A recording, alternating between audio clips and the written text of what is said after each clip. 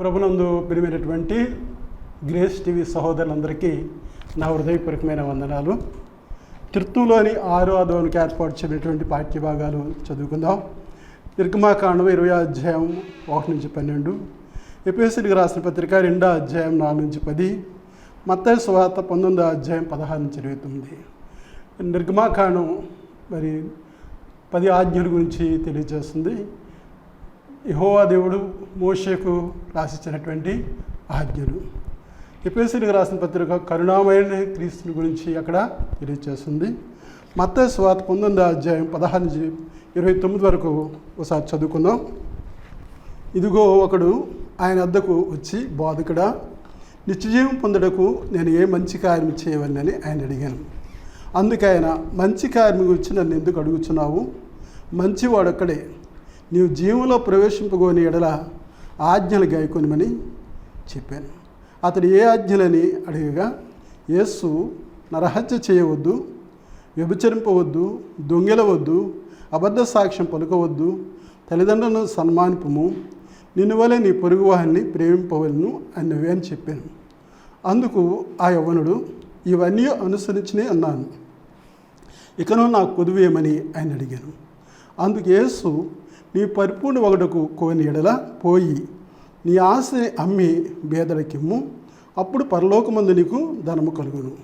నీ వచ్చి నన్ను వెంబడించమని అతనితో చెప్పాను. అయితే ఆ యవ్వనుడు మిగిలిన ఆస్తి గలవాడు గనుక ఆ మాట విని వ్యసనపడుచు వెళ్ళిపోయాను. యేసు తన శిష్యులను చూచి, ధనవంతుడు పరలోక రాజ్యంలో ప్రవేశించుట దుర్లభమని మీతో నిశ్చయముగా చెప్తున్నాను. ఇదిగాక ధనవంతుడు పరలోక రాజ్యంలో ప్రవేశించడం కంటే సూది బెజ్జములు ఒంటె దూట సులభమని మీతో చెప్పుచున్నాను నేను. శిష్యులు ఈ మాట విని మిక్కిలి ఆశ్చర్యపడి, అలాగైతే ఎవడు రక్షణ పొందగలడని అడగగా, యేసు వారిని చూచి, ఇది మనుషులకు అసాధ్యమే కానీ దేవుని సమస్తమును సాధ్యమని చెప్పాను. పేతురు, ఇదిగో మేము సమస్తమును విడిచిపెట్టి నిన్ను వెంబడించితిమి కనుక మాకేమి దొరికినని ఆయన అడిగా, యేసు వారితో ఇట్లనెను, ప్రపంచ పునర్జన్మందు మనిషి కుమారుడు తన మహిమ గల సింహాసనం మీద ఆసీనుడై ఉండినప్పుడు నన్ను వెంబడించిన మీరును 12 సింహాసనం మీద ఆసీనులై ఇశ్రాయేలు 12 గోత్రముల వారికి తీర్పు తీర్చుదురు. నా నామ నిమిత్తము అన్నదమ్ములనైనను, అక్క చెల్లెలైనను, తండ్రినైనను, తల్లినైనను, పిల్లలనైనను, భూములనైనను, ఇండ్లనైనను విడిచిపెట్టిన ప్రతి వాడును 100 రెట్లు పొందును. ఇదిగాక నిత్యజీవమును స్వతంత్రించుకొనును. ప్రార్థన చేసుకుందాం.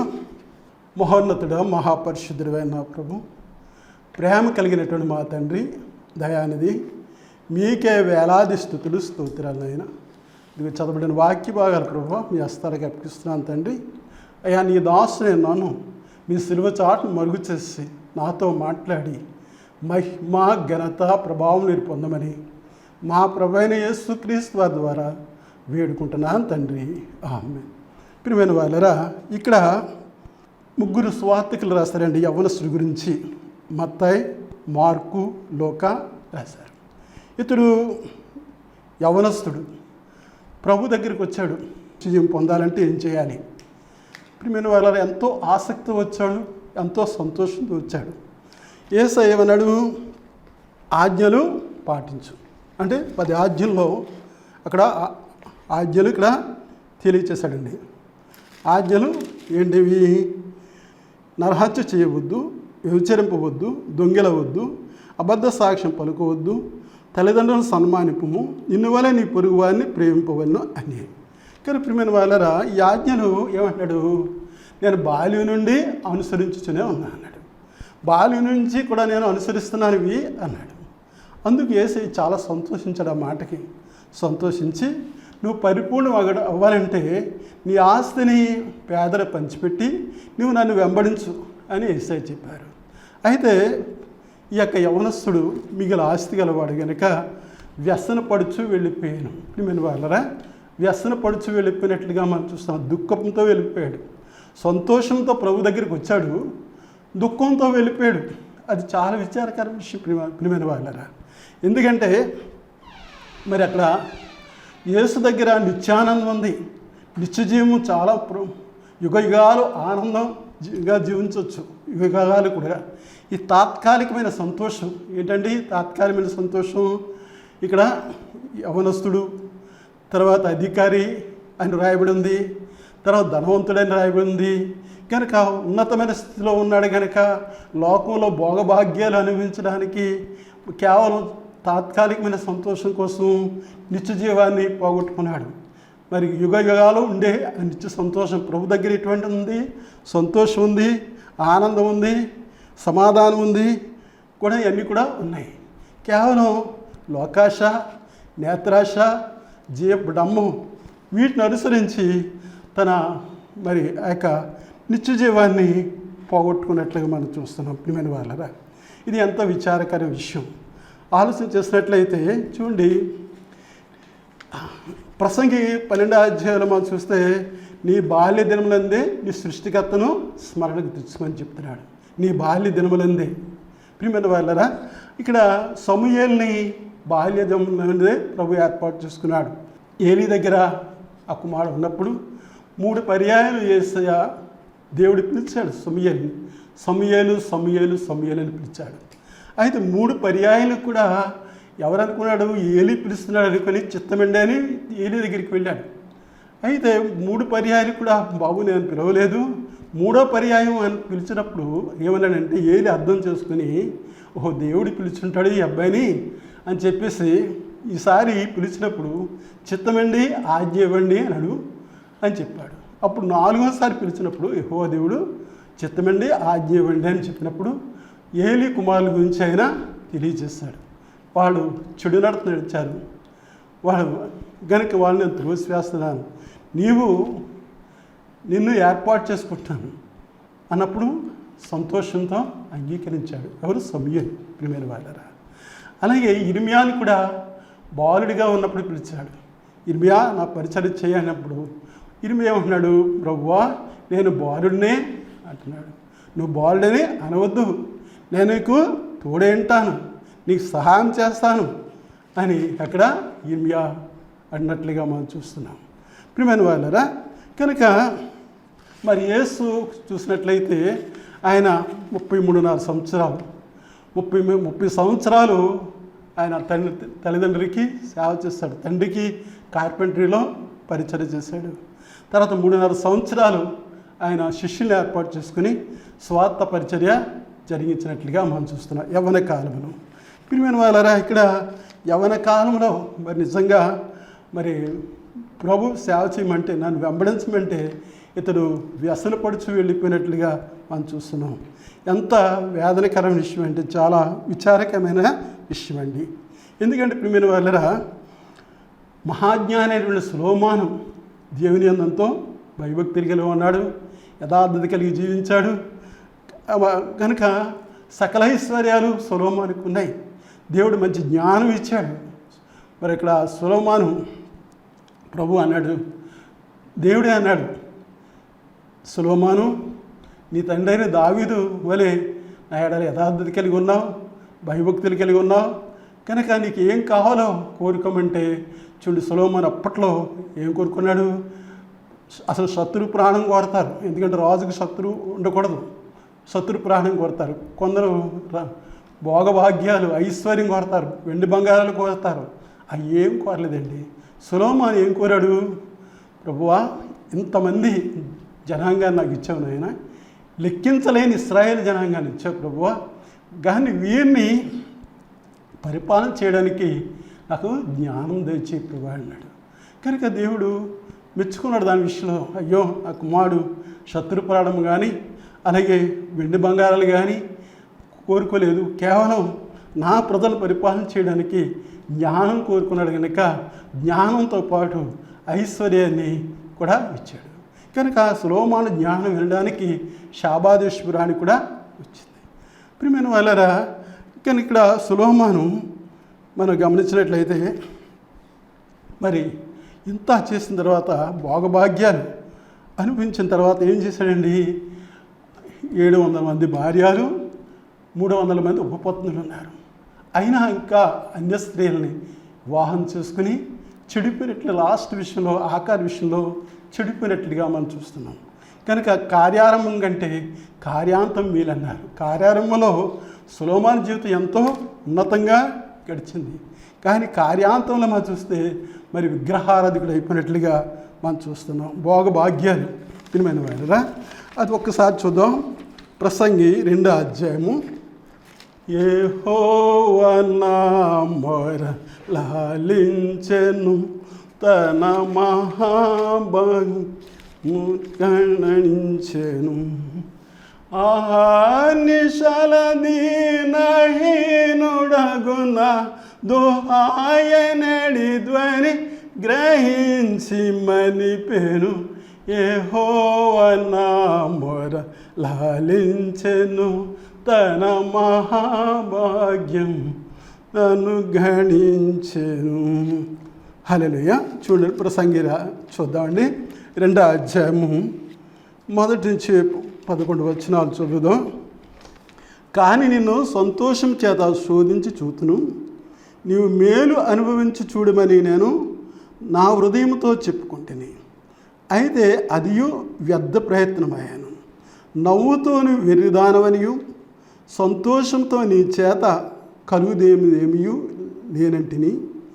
నా మనస్సు ఇంకానూ జ్ఞానం అనుసరించుచుండగా ఆకాశము క్రింద తాము బ్రతుకు కాలమంతయు మనుషులు ఏమి చేసి మేలు అనుభవింతురో చూడవలనని తలచి నా దేహమును ద్రాక్షారసం చేత సంతోషపరుచుకుందుననియు మతిహీనత యొక్క సంగతి అంతయు గ్రహింతుననియు నా మనసులో నేను యోచన చేసుకుంటేని. నేను గొప్ప పనులు చేయబోనుకుంటేని, నా కొరకు ఇండ్లు కట్టించుకుంటేని, ద్రాక్ష తోటలు నాటించుకుంటేని, నా కొరకు తోటలను శృంగారవనములను చేయించుకొని వాటిలో సకల విధములైన ఫలవృక్షములను నాటించితని. వృక్షముల నారుమళ్ళు నీరు పారుటికై నేను చెరువులు త్రవ్వించుకుంటేని, పనివారిని పనికత్తెలను సంపాదించుకుంటేని. నా ఇంట పుట్టిన దాసులు నాకుండిరి. యెరూషలేమునందు నాకు ముందుండిన వారందరికంటే ఎక్కువగా పశువుల మందలను గొర్రె మేకల మందలను బహు విస్తారముగా సంపాదించుకుంటేని. నా కొరకు నేను వెండి బంగారములను రాజును సంపాదించు సంపదను ఆయా దేశంలో దొరుకు సంపత్తును కూర్చుకుంటేని. నేను గాయకులను గాయకురాండ్రను మనుషులు హెచ్చించు సంపదలను సంపాదించుకొని బహుమంది ఉపపత్నులను ఉంచుకుంటుని.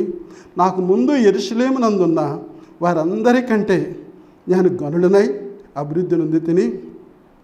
నా జ్ఞానము నన్ను విడిచిపోలేదు. నా కనులు ఆశించిన వాటిలో దేనిని అవి చూడకుండా నేను అభ్యంతరము చేయలేదు. మరియు నా హృదయము నా పనులన్నిటిని బట్టి సంతోషింపగా సంతోషకరమైనది ఏదియూ అనుభవించకుండా నేను నా హృదయమును నిర్బంధింపలేదు. ఇదే నా పనులన్నిటి వలన నాకు దొరికిన భాగము. అప్పుడు నేను చేసిన పనులన్నీ వాటి కొరకు నేను పడిన ప్రయాసమంతయు నేను నిదానించి వివేచింపగా అవన్నీ వ్యర్థమైనవిగాను ఒకటి గాలికి ప్రయాసపడినట్టుగాను అగపడాను. సూర్యుని కింద లాభకరమైనది ఏదియూ లేనట్టు నాకు కనబడాను. ప్రియమైన వాళ్ళరా, కనుక సమస్తము ఎంత వైభవం అనుభవించి చివరికి ఏమన్నాడు? వ్యర్థము వ్యర్థము, సమస్తము వ్యర్థమే, ఒకటి గాలికై ప్రయాసపెట్లుగా ఉందని తెలియజేస్తున్నాడు. ప్రియమైన వాళ్ళరా, కానీ ఈ లోక భోగభాగ్యాలు ఎంతవరకు అంటే తాత్కాలికమైనటువంటి. ప్రియమైన వారుగా వాటి కోసం మనం ఆశించకూడదు. మనం దేవుని వైపు చూడాలి. ప్రభువు దగ్గర ఉన్న భాగ్యం, ప్రభువు దగ్గర ఉన్నటువంటి నిత్యజీవము మరి ఎల్లకాలము యుగయుగాలు ఉండే దానికోసం మనం ప్రయాసపడాలండి. కనుక చూడు, యేసు కూడా తన శిష్యులను కూడా చెడ్డవారని ఆయన తెలియజేశాడు. మత్తయి సువార్త 7వ అధ్యాయము 11వ వచనం మనం చూసినట్లయితే, మీరు చెడ్డవారైండి మీ పిల్లలకు మంచి ఈవులనియ ఎరిగి ఉండగా పరలోకమందున్న మీ తండ్రి తను అడుగువారికి అంతకంటే ఎంతో నిశ్చయముగా మంచి ఈవులను ఇచ్చును. ప్రియమైన వారురా, కనుక మంచి ఈవులు ఇస్తారు. కనుక శిష్యులు కూడా చెడ్డవారినాడు. కనుక ఏ భేదము లేదు, అందరూ పాపం చేసి దేవుడు అనుగ్రహించిన మహిమను పొందలేకపోతున్నారని వాక్యం మనకి తెలియజేస్తుంది. ప్రియమైన వారురా, కనుక యోహాను సువార్త 1వ అధ్యాయం 1వ వచనం చూస్తే, ఆది యందు వాక్యం ఉండెను, వాక్యము దేవుని యొద్ద ఉండెను, వాక్యము దేవుడే ఉండెను. 14వ వచనం చూస్తే, ఆ వాక్యము శరీరధారి అయి కృపాసత్య సంపూర్ణగా మన మధ్య నివసించెను. తండ్రి వల్ల కలిగిన అద్వితీయ కుమారుని మహిమ వలె మనం ఆయన మహిమను కనుగొంటిమి. ఎవడనూ ఎప్పుడైనాను దేవుని చూడలేదు. 18వ వచనం చూడలేదు.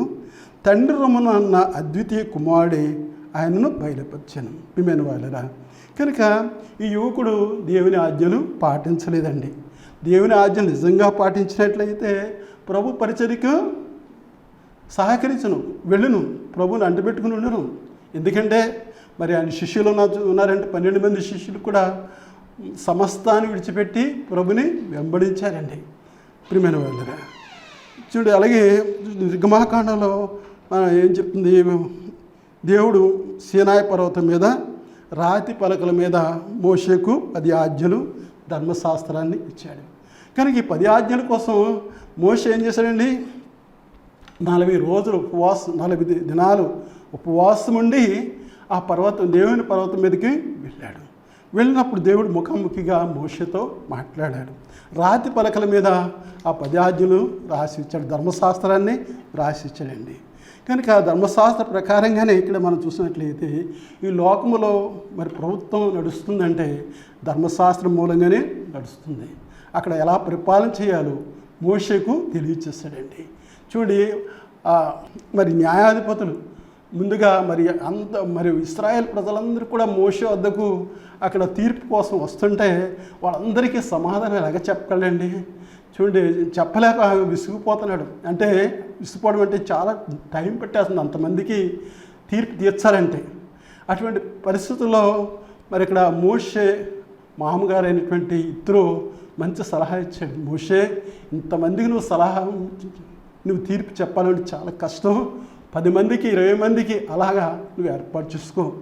అప్పుడు ఆఖరిది వారు చేయలేనటువంటిది నువ్వు చెయ్యి అన్నాడు. మనకి ఇప్పుడు కోర్టులు ఎలా ఉన్నాయండి, చిన్న చిన్న కోర్టులు, ఆఖరిది సుప్రీంకోర్టు. అలాగా నువ్వు సుప్రీంకోర్టుగా ఉండాలి, మిగిలిన వాళ్ళు తీర్పు చెప్పాలన్నప్పుడు చాలా సులువుగా అక్కడ చేసినట్లుగా మనం చూస్తున్నామండి ఆ తీర్పులు. ప్రియమైన వాళ్ళరా, కనుక మనం అంతా కూడా ప్రభు పాదాల దగ్గర రావాలి. నిత్యజీవం కావాలంటే చూడండి, దేవుడు యోహాను సువార్త 3వ అధ్యాయం 16వ వచనం చూస్తే, దేవుడు లోకమును ఎంతో ప్రేమించెను, కాగా ఆయన ద్వితీయ కుమారునిగా పుట్టిన వాని యందు విశ్వాసం నుంచి ప్రతివాడును నశింపక నిత్యజీవం పొందినట్లు ఆయనను అనుగ్రహించాను. కనుక నిత్యజీవం అనంటే ఆయన కుమారుని ద్వారా మనకి నిత్యజీవం అనుగ్రహించినట్లుగా మనం చూస్తున్నాం. ప్రియమైన వాళ్ళరా, అలాగే పత్రిక వాక్యభావంలో మనం చూస్తే చూడండి, 2వ అధ్యాయము మనం 4 నుంచి 10 వచ్చిన భావంలో 4వ వచనం చూద్దామండి. అయినను దేవుడు కరుణాసంపన్నుడయుండి మనము మన అపరాధముల చేత సచ్చిన వారమైనప్పుడు సైతము మన ఎడల చూపిన తన మహాప్రేమ చేత మనల్ని క్రీస్తుతో కూడా బ్రతికించాను. కనుక కృపచేత మీరు రక్షింపబడి ఉన్నారు అని ఇక్కడ ప్రభు అక్కడ మనం తెలియచేస్తున్నాడండి. ప్రియమైన వాళ్ళరా, కనుక అపోస్తలుడైన పౌలు చక్కని మాటలో ఇక్కడ తెలియచేస్తున్నాడు. ఎందుకంటే ఆయన కరుణా సంపన్నుడు కనుక అంచేత ఏమన్నాడు, మన అపరాధముల చేత చచ్చిన వారమై ఉన్నప్పుడు సైతము మన ఎడలో చూపిన తన మహాప్రేమ చేత మనల్ని క్రీస్తుతో కూడా బ్రతికించాను. ప్రియమైన వాళ్ళరా, అందుకే దావీదు భక్తుడు అంటున్నాడు, దావీదు కీర్తనలో 51వ అధ్యాయం 1వ వచనంలో చూస్తే చూడండి, దావీదు మరి ఎంతో భయభక్తులుగా ఉన్నప్పటికీ కూడా పాపంలో పడిపోయాడు. చివరికి నాతాను ప్రవక్త ద్వారా మరి అక్కడ తన తప్పును తెలియచేసినప్పుడు దావీదు పశ్చాత్తాపడ్డాడు. కన్నీటితో తన పరుపు తేలేంత వరకు ఏడ్చి అక్కడ పశ్చాత్తాపడ్డాడు.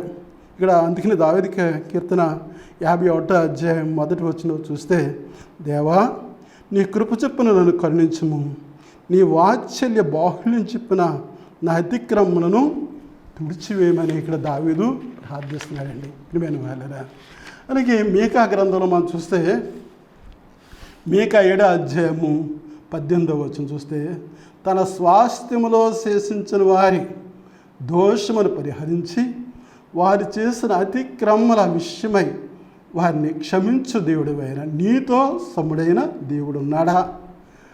ఆయన కనికరము చూపుటయందు సంతోషించువాడు గనుక నిరంతరము కోపమించడు. ప్రియమైన వాళ్ళరా, దేవుని యొక్క కోపము ఒక్క నిమిషం మాత్రమే.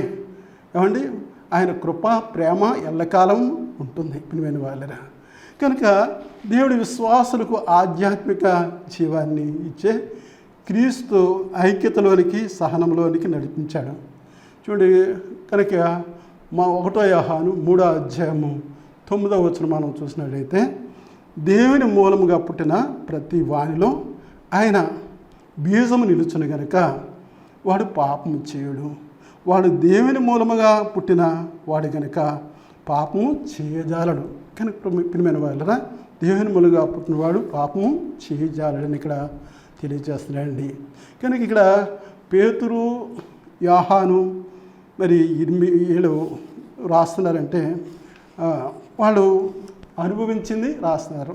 ఆయన యేసు క్రీస్తు వారు 3.5 సంవత్సరాల కాలంలో ఆయన పరిచర్యలో ఆయన అనుభవించినవి రాస్తున్నాం. అందుకని వాళ్ళు ఏమంటారంటే, విన్నవాటిని కన్నవాటిని మేము మీకు తెలియజేస్తున్నాం, అంతేగాని వేరే మాటలు మీకు చెప్పట్లేదు అని. అక్కడ కథలు మేము చెప్పట్లేదు, విన్నవాటిని కన్నవాటిని ప్రభు దగ్గర ఏవైతే విన్నామో ఏవైతే చూసామో అవే మీకు తెలియచేస్తున్నామని అక్కడ శిష్యులు మాట్లాడుతూ ఉంటారు. ప్రియమైన వాళ్ళరా, కనుక రెండవదిగా మనం చూసినట్లయితే అపోస్తలుడైన పౌలు అంటున్నాడు, ఎఫెసీయులకు రాసిన పత్రిక 2వ అధ్యాయము 9వ వచనం చూస్తే, అది క్రియల వల్ల కలిగింది కాదు గనుక ఎవడనూ అతిశయపడ వీలు లేదు. ప్రియమైన వాళ్ళరా, అలాగే రోమిలికి రాసిన పత్రిక 6వ అధ్యాయము 23వ వచనం చూస్తే, ఏలైనగా పాపం వల్ల వచ్చే జీతము మరణము, అయితే దేవుని కృపావరము మన ప్రభువైన క్రీస్తు యేసునందు నిత్యజీవము. కానీ ప్రియమైన వాళ్ళరా, మన అతిక్రమను బట్టి మన పాపమును బట్టి మనం దేవుడి శిక్ష విధించాలంటే మనం అందరం కూడా మరణానికి పాత్రులము. కనుక మనం నశించడానికి ఆయనకి ఇష్టం లేక ఆయన కుమారుడైన యేసుని ఈ లోకానికి పంపించినట్లుగా మన పరిశుద్ధ గ్రంథం మనకి తెలియజేస్తుంది. ప్రియమైన వాళ్ళరా, కనుక రెండవదిగా మనం చూసినట్లయితే ప్రియమైన వాళ్ళరా, కనుక యేసయ్య చూడండి ఆ యవనస్తుడి గురించి ఏం చెప్పాడు? యవనస్తుని మెచ్చుకున్నాడు, యవనస్తుని ప్రేమించాడు. ఎందుకంటే నిత్యజీవి గురించి వచ్చాడు. అప్పుడు నువ్వు పరిపూర్ణం అవ్వాలంటే ఏం చేయాలి? నీ ఆస్తిని అంతా కూడా అమ్మి పేదలకి పంచిపెట్టాడు. అందుకే నీకు ఒకటి ఆయన ఏమంటాడు, నీకు ఒకటి కుదువుగా ఉన్నది అని అక్కడ తెలియజేస్తున్నాడు. ప్రియమైన వాళ్ళరా, అతనికి యవనస్తుడికి ఒకటి కుదువుగా ఉంటే మనకి అనేకమైన కుదువులు ఉన్నాయి. కనుక మనం ప్రభు పాదాల దగ్గరికి రావాలి, పశ్చాత్తాపడాలి. చూడండి, మనం బాల్యం నుంచి మనం పాపాత్ములే. మనం మాట వలన, క్రియ వలన, తలంపు వలన దేవుని విరోధంగా మనం పాపానికి గురవుతున్నాం. కనుక ఆ పాపము నుండి విముక్తి పొందాలంటే ప్రభు పాదాల దగ్గరికి రావాలి, పశ్చాత్తాపడాలి. దావీదు ఏ రీతిగా అయితే పశ్చాత్తాపంతో కన్నీటితో తన పరుపు తేలేంత వరకు కూడా కన్నీరు కాచి అక్కడ ప్రభుని వేడుకున్నాడో ఆ రీతిగా మనం ప్రభు పాదాల దగ్గరికి రావాలి. కనుక ఆ రీతిగా మనం అందరం కూడా ఐక్యతగా సమాధానంగా ఉండడానికి సమాధానకర్త అయిన దేవుడు క్రీస్తు వద్దకు రావాలి. ప్రియమైన వాళ్ళరా, నేటి దినాల్లో సమాధానం లేని పరిస్థితి అంటే కుటుంబంలో సమాధానం లేదు. ప్రియమైన వాళ్ళరా, కుటుంబంలో అలాగే సంఘాల్లో సమాధానం లేదు, అంత గొడవలతో కూడి ఉంది. కనుక మరి దేశంలో సమాధానం లేదు, ప్రపంచంలో సమాధానం లేదు, ఎక్కడ చూసిన యుద్ధాలు. కనుక ఇటువంటి మనకి సమాధానం కావాలంటే, శాంతి కావాలంటే ఎవరి దగ్గర రావాలి? యేసు వద్దకు రావాలి. అప్పుడు మనకి శాంతి సమాధానం ఆయన అనుగ్రహిస్తాడు, ఆయన నిత్య జీవాన్ని ఇస్తాడు. కనుక ఆ రీతిగా ఉండడానికి పరిశుద్ధాత్మదేవుడు అందరికీ సహాయం దయచేయగాక. ప్రార్థన చేసుకుందాం. మహోన్నతుడా, మహాపరిశుద్ధుడైన నా ప్రభు, ప్రేమ కలిగినటువంటి మా తండ్రి, దయానిధి, మీకే వేలాది స్తుతులు స్తోత్రాలు ప్రభు. మరి విన్న వాక్యం వ్యర్థము కాకుండా మా హృదయాలు భద్రపరుచుకొని మీ చిత్తానుకూలమైన జీవితం మాకు దయచేయండి అయా. మీ స్తోత్రాలు నాయన. విద్యార్థులు పట్ల ప్రార్థిస్తున్నాం తండ్రి, వారికి కావాల్సిన జ్ఞానమును, తెలివిని, జ్ఞాపశక్తి ఇవ్వండి అయా. నేటి విద్యార్థులు ఎంతోమంది ప్రభు మరి చూడరాని దృశ్యాలు ఆ టీవీల్లో అక్కడ మరి సెల్లో చూసి పాడైపోతున్నారు. ఆ రీతిగా కాకుండా అవసరమైన వాటిని వారు చూడడానికి మీరు సహాయం చేయండి. అయ్యా దేశాన్ని కాపాడిన ఆయన, దేశాన్ని నడిపిస్తున్నటువంటి ప్రధానమంత్రులను, రాష్ట్రపతులను, న్యాయాధిపతులను, ముఖ్యమంత్రులను ఆశీర్వదించిన ఆయన, దేశంలో సక్రమైన పరిపాలన, న్యాయమైన పరిపాలన దయచే ప్రభు. పాడి పంటను దీవించండి అయ్యా. మీ స్తోత్రాలు ప్రభువా. మరి నాయన దేశానికి వెన్నెముక లాంటి వారు ప్రభువా, రైతు ప్రభువా. నాయన జై జవాన్ జై కిసాన్ కనుక ముఖ్యంగా రైతు అవసరమైంది, తర్వాత సైనికుడు అవసరమైంది కనుక ప్రభుత్వాన్ని చక్కగా శ్రద్ధగా చూసుకోవడానికి సహాయం చేయండి. ఇదిగో రైతులు 2 దినాల్లో ఎంత ఇబ్బందులు పడుతున్నారు ప్రభువా. సరైన విత్తనాలు లేక, మరి అలాగే యూరియా బస్తాలు లేక చాలా బాధలు పడుతున్నారు ప్రభువా. కనుక ప్రభుత్వానికి రైతుల పట్ల కనికరం, జాలి, దయ అనుగ్రహించండి అయ్యా. మరి ఆక్వా రైతులు కూడా ఎంతో ఇబ్బందులు పడుతున్నారు ప్రభువా. మేత ధర ఎక్కువైపోయింది, దాని గిట్టుబాటు ధర తక్కువైపోయింది కనుక వారికి కూడా ఇబ్బందులు పడుతున్నారు తండ్రి. అయినా మరి ప్రభువా, మరి సెంట్రల్ గవర్నమెంట్, స్టేట్ గవర్నమెంట్ వారికి కూడా మంచి మనసు ఇచ్చి వారిని చక్కగా మంచిగా చూసుకోవడం సహాయం చేయమని మహాప్రభువును, నీ ప్రియకుమారుడును యేసుక్రీస్తు వారి ద్వారా మిమ్మల్ని బ్రతిమాలు పెడుకుంటున్నాను తండ్రి. ఆమేన్. తండ్రి, కుమారుడు, పరిశుద్ధాత్మ త్రియేక దేవుని దీవెన మీ అందరికీ తోడైండుగాక. ఆమేన్.